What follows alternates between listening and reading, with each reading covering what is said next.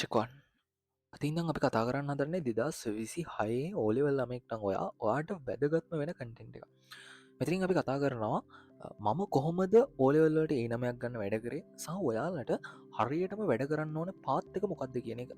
මම මේ ප්‍රෝග්‍රෑම් එකට නමක් දානවා අඳුරින් එළියට කියලා.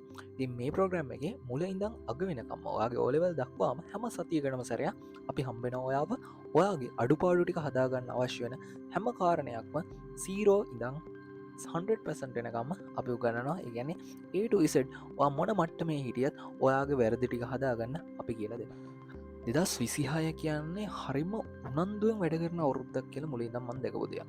එතකොට 2026 මේ වෙද්දි ළමයි තාමත් ඒ උනන්දුව ඔයාගේ ඇඟට දැනිලා නැත්නම් ඔයා තාමත් ඒ උනන්දුව ඔයාගේ ඇඟේ නැහැ කියලා හිතනවනම් ඔයාට තියෙන හොඳම සොලියුෂන් එක තමයි මේ වීඩියෝ සීරීස් එකෙන් කියන දේවල් ටික අනුගමනය කරලා බලන්න. එතකොට ගොඩක් වෙලාවට ඔයාගේ පාඩම් කරන දේවල් ඉම්ප්‍රූව්මන්ට් වෙයි. පාඩම් කරන වෙලාව, පාඩම් කරන විදිය, සහ පාඩම් කිරීමට අනුගමනය කරන රටාව. ඔය හැම දෙයක්ම ඔයාගේ වෙනස් වෙන්න පටන් ගන්නවා. ඒ වෙනසත් එක්ක ඔයාට පාඩම් කරන්න ආස හිතෙන තැනට වැඩ කරන්න. එතකොට ඒ දේවල් එක්ක ඔයාගේ ඔර බාහිර වැඩ ටික, ඒ කියන්නේ ඔයාගේ ලකුණට බාධා කරපු වැඩ ටික ඔයාට නවත්ත ගන්න පුළුවන් වෙයි. එතනින් පස්සේ ඔයා නිකම්ම මේ පාඩම් කරනවා කියන එකට ඇබ්බැහි වෙන කෙනෙක් වෙනවා. ඉතින් ෆෝන් එකට ඇබ්බැහි වුණාම අපි දන්නවනේ කොයි වගේ විනාශයක්ද වෙන්නේ කියලා. ඒ වගේම තමයි පාඩම් කරන එකට ඇබ්බැහි වුණාම ඔයාගේ හොඳ පැත්තට කියන ඔයාගේ ලකුණු වැඩි වෙන විදිය අනිත් මිනිස්සුන්ට දරා ගන්න බැරි වෙයි. ඒ නිසා මේ පාඩම් කරන මෙතඩ් ටික මේ කියලා දෙන රටාවල් ටික ඔයාගේ ජීවිතයට ඇප්ලයි කරලා බලන්න අනිවාර්යෙන් ලොකු වෙනසක් සිද්ධ වෙයි. 2026 ඕලෙවල් ලියනවනම් ළමෙක් මේ වෙද්දි ඔයා අනිවාර්යයෙන්ම ඔයාටම කියලා අනන්‍ය වෙච්ච ස්ටඩි රොටේෂන් එකක් අනුගමනය කරන්න ඕනේ. මෙතනින් මම අයිඩියා කරන්නේ ඔයාට තියෙන්න ඕනේ ඔයාගේ සතිය හොඳ ප්ලෑන් එකක්. ඒ කියන්නේ ඔයාගේ සතිය කොහොමද ගෙවෙන්නේ කියලා ඔයා කවුරු හරි වගෙන් ඇහුවොත් ඒකට පැහැදිලි කෙලින් උත්තරයක් දෙන්න පුළුවන් වෙන්න ඕනේ. ඒ කියන්නේ ඔයා අර ඉහට මෙහාට වෙනෙන තනකොළ ගහක් නෙමෙයි. ඔයා හොඳ අරටුවක් තියෙන ශක්තිමත් පැහැදිලි ගමනක් තියෙන මිනිස්සෙක් කියලා පෙන්වන්න ඕනේ. එතනදී ගොඩක් ළමයින්ට බැරි වෙන දේ තමයි කොච්චර ප්ලෑන් තිබ්බත් ඒ ප්ලෑන් වලට අනුගත වෙලා වැඩ කරන්න බෑ කියන එක. මේකට ලොකුම හේතුව තමයි ඔයාලා ටයිම් බ්ලොක් දාගන්න නැති එක. මම හැම වෙලාවෙම කියන දෙයක් තමයි ළමයි ඔයාට වැඩක් කරන්න දෙන කාල සීමාව මත ඔයා මේ වැඩේ කරන්න දක්වන උනන්දුව තීරණය වෙනවා. මේක හැංගිච්ච විද්‍යාත්මක නැත්නම් සයන්ටිෆික් තියරි එකක් තියෙනවා. මොකක්ද ඒ තියරිය? ඔයා වැඩක් පටන් ගනිද්දි ඔයා දන්නවා නම් මේ වැඩේට මට හම්බෙන්නේ මෙච්චර කාලය කියලා. උදාහරණයක් හිතන්නකෝ විද්‍යාව පළවෙනි පත්‍රය. විද්‍යාව පළවෙනි පත්‍රයට අපි දන්නවා කොහොමත් හැමෝටම හම්බෙන්නේ පැයක කාලයක්. ඉතින් මේ පැයක කාලය කවදා හරි පැය දෙකක් වුණොත් ළමයි ওই ප්‍රශ්න ටිකම ලියන්නේ පැය දෙක ගනීද? ඔයාට නිකන් හිතලා බලන්න. නිකන් හිතලා බලන්න ඔයා දැන් ඔය සයන්ස් ෆස්ට් පේපර් එක. නැත්නම් අපි කියන්නේ MCQ පේපර් එක කියලා. මේ පේපර් එකට ඔයාට පැයක් හම්බෙනවනේ. ඉස්සරහ බැජ්වල ළමයිට පැය දෙකක් දෙනවා කියනවා. එතකොට ඒ ළමයි ප්‍රැක්ටිස් වෙන්නේ පැය දෙකට. එතකොට ඒ වගේ ළමයෙක්ට හදිසියවත් කිව්වොත් පැය දෙකට ප්‍රැක්ටිස් වෙච්ච ළමයෙක්ට ඔයා අද පේපර් එක පැයෙන් ලියන්න ඕනේ කියලා කවදාවත් ඒ ළමයාට ඒ පේපර් එක පැයෙන් ලියන්න බෑ. ඒ වගේම තමයි ඔයාට පැය පේපර් එක පැය භාගයෙන් ලියන්න කිව්වොත් ඔයාට ඒක කරගන්නත් බෑ.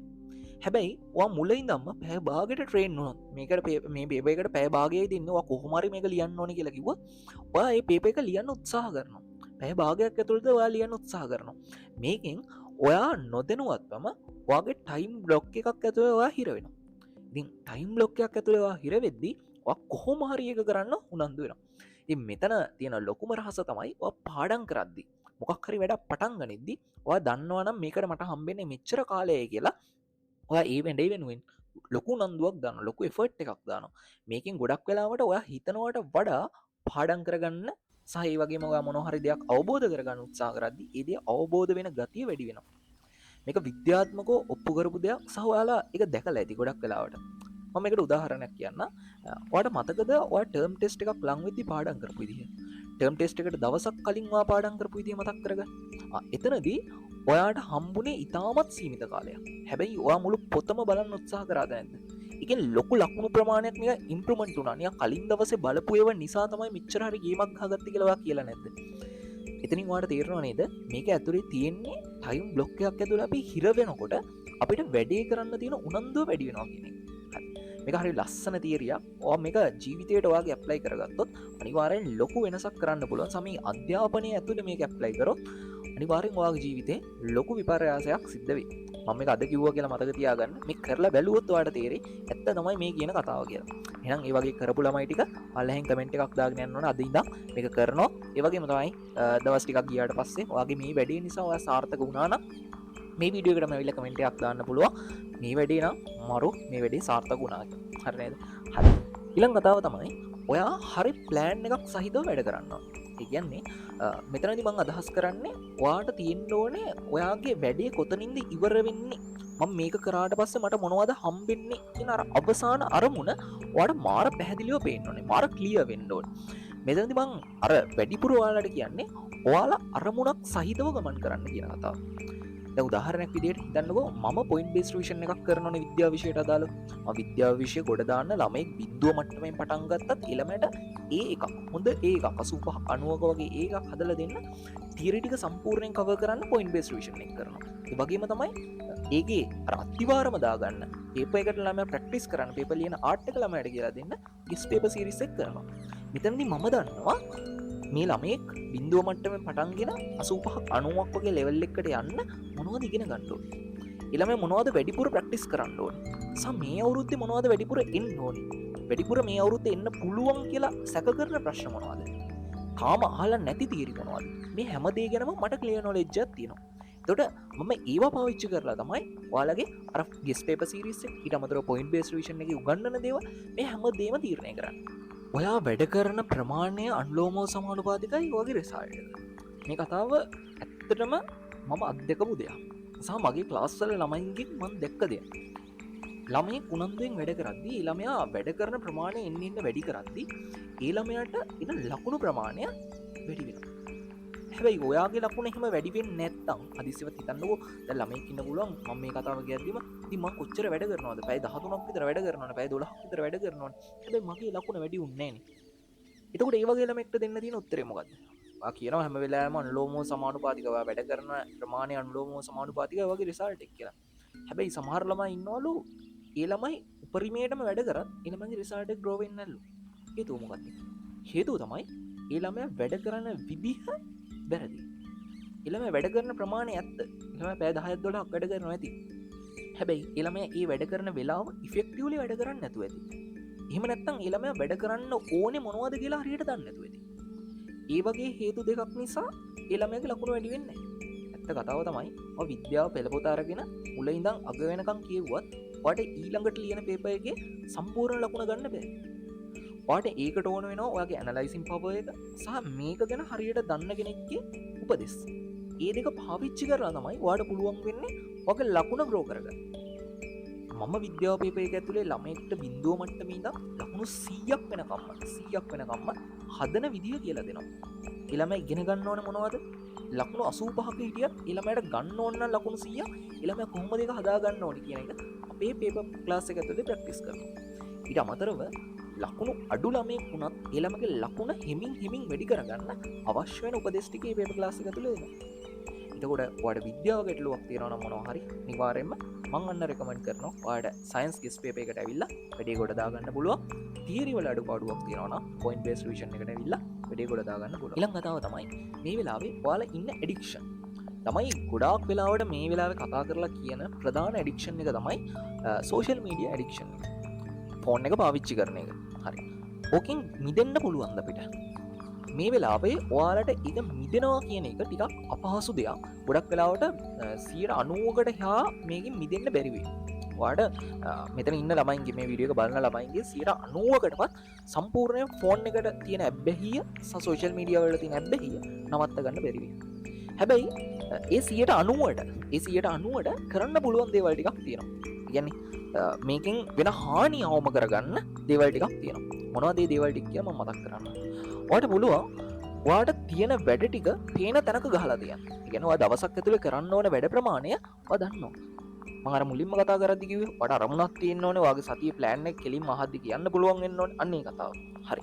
ඒ වගේ එකක් ඔයා ලියලා කොහේ හරි ගහලා තියා ගන්නවා නම් බිත්තියක හරි එහෙම නැත්නම් ඔයාගේ ටේබල් එකේ හරි කොහොම හරි දාලා තියා ගන්නවා නම් ඔයාට ඒක දකිද්දි මතක් වෙනවා අඩේ මම මේ දවස් ඇතුලේ කරන්න ඕන වැඩ ටික කරලා නැහැ නේ තාම. එතකොට මම මේ ෆෝන් එක ඔබන එක හරිද? මම මේ කරන වැඩ ටික හරිද?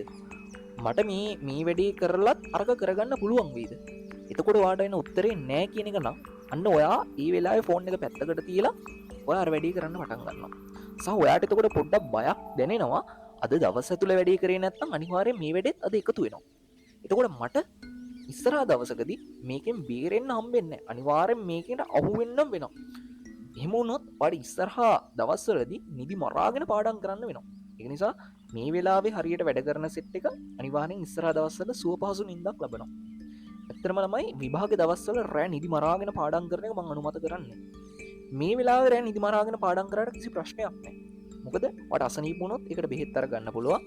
සහ අනවශ්‍ය විදිහට ඔයාලා ඒ වගේ අසනීපයකට පත් වෙන්නේ නැත්නම් මොකද ඔයාලට මෙන්ටල් ස්ට්‍රෙස් කියන එක මේ වෙලාවේ යම් තාක් දුරකට අඩුයි. හැබැයි ඔයාලා විශ්වාස කරන්න ළමයින්ට ડિප්‍රෙෂන් හැදෙනවා O level ලඟ වෙද්දී. සමහර ළමයින්ට ડિප්‍රෙෂන් හැදෙනවා O level ලඟ වෙද්දී.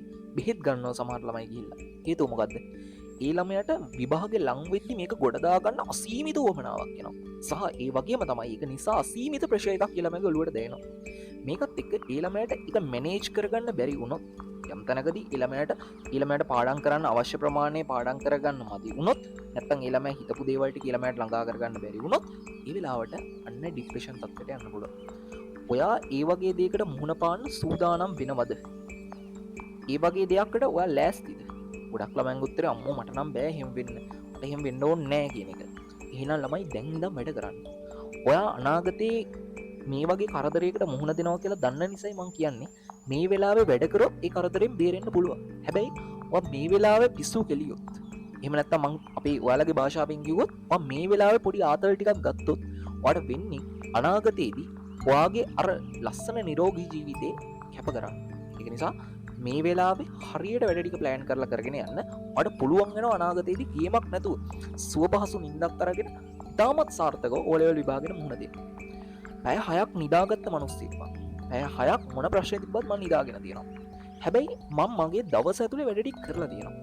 එතකොට මම මගේ බාධක ටික හඳුනගෙන තියෙනවා. මම යන්න ඕන පාර මම හැමදාම මෙනෙහි කරලා තියෙනවා. එතකොට ඔයාටත් තියෙන්න ඕනේ මෙන්න මේ දේවල් ටික. ඔයාට තියෙන්න ඕනේ පැහැදිලි ගමන. ඔයාට තියෙන්න ඕනේ ඔයාගේ අරමුණ වෙනුවෙන් නොපසුබස්නා උත්සාහයක්. ඒ වගේම තමයි ඔයාට තියෙන්න ඕනේ ඔයාගේ බාධා ටික හඳුනා ගන්න පුළුවන් මොලයක්. හැමෝටම තියෙන මොලයක්. හැබැයි මේ මොලේ පාවිච්චි කරන ප්‍රමාණය මත එක එක්කෙනාගේ බුද්ධි මට්ටම වෙනස් වෙනවා. ඔයාට තියෙන මොලේම තමයි ඔයාගේ යාළුවටත් තියෙන්නේ. හැබැයි ඔයාගේ යාළුවා ඔයාට වඩා ලකුණු ගන්නවා නම්, ඔයාට වඩා පර්ෆෝමන්ස් කරනවා නම් මොකක් හරි ශාස්ත්‍රයකින්, එයා ඒක ගැන ස්පෙෂලායිස් කරලා තියෙනවා. එයා ඒක වෙනුවෙන් යම්කිසි ගෙවීමක් කරලා තියෙන්නේ, මහන්සියක් වෙලා තියෙන්නේ. එහෙම මහන්සියක් නැතුව, ඒ වගේ ගෙවීමක් නැතුව ඔයාට කිසි දෙයක් ළඟා වෙන්නේ නැහැ. ඔයාට මොනවා හරි දෙයක් ඕනේ නම් අනිවාර්යෙන් ඒක වෙනුවෙන් ගෙවීමක් කරන්න වෙනවා. සමහර විට ඒක ඔයාගේ නිදිමරණ ඩ්‍රයිවල් වෙන්න පුළුවන්. එහෙම නැත්නම් ඒක ඔයාගේ කට් කරගන්න ආතල් ටිකක් වෙන්න පුළුවන්. එහෙම නැත්නම් ඒක ඔයාගේ මුදලක් විදියට වියදම් කරන දෙයක් වෙන්න පුළුවන්. මේ ඕනෑම දෙයක් ඔයා වියදම් කරලා යම්කිසි දෙයක් වැය කරලා උපයා ගන්නම ඕනේ දෙයක්. මොකද්ද? ඔයාගේ දැනුම. ඔයාගේ දැනුම තිබ්බොත් ඔයාට බය නැතුව ඕන තැනකට ෆේස් කරන්න පුළුවන් වෙනවා. ලොකු ප්‍රශ්න මොනවා ආවත් ඔයා දන්නවා මට මේකට මගේ දැනුමෙන් උත්තර දෙන්න පුළුවන් කියලා.